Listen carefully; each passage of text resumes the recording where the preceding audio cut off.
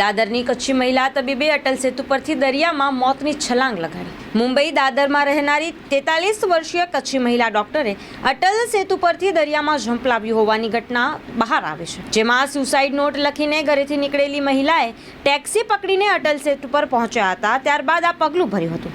નહાવા સેવા પોલીસે coastal security પોલીસની મદદથી સર્ચ ઓપરેશન હાથ ધર્યું હતું, પણ બુધવાર સાંજ સુધી મહિલાની કોઈ ભાળ મળી નહોતી, એમ અધિકારીએ કહ્યું હતું। અને સૂત્રોના જણાવ્યા અનુસાર સીવડી નાવા સેવા વચ્ચે નવનિર્મિત અટલ સેતુ આત્મહત્યાના પ્રયાસનો આ પહેલો કિસ્સો છે।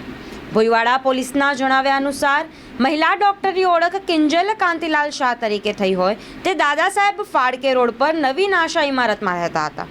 કિંજલ છેલ્લા 8 થી 10 વર્ષથી ડિપ્રેશનનો સામનો કરી રહી હતી અને તેની સારવાર ચાલી રહી હતી, એમ તેના પિતાએ પોલીસને આપેલા નિવેદનમાં જણાવ્યું હતું।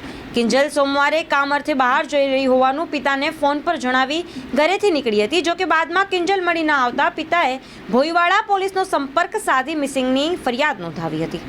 પરિવારને બાદમાં ઘરમાંથી સુસાઇડ નોટ મળી આવી હતી, જેમાં તે જીવનનો અંત આણવા અટલ સેતુ પર જઈ રહી હોવાનું કિંજલે જણાવ્યું હતું। એ સિવાય જે ટેક્સીમાં જવાની છે તેના ડ્રાઈવરને ત્રાસ આપવાનો નહીં એમ પણ નોટમાં લખ્યું હતું।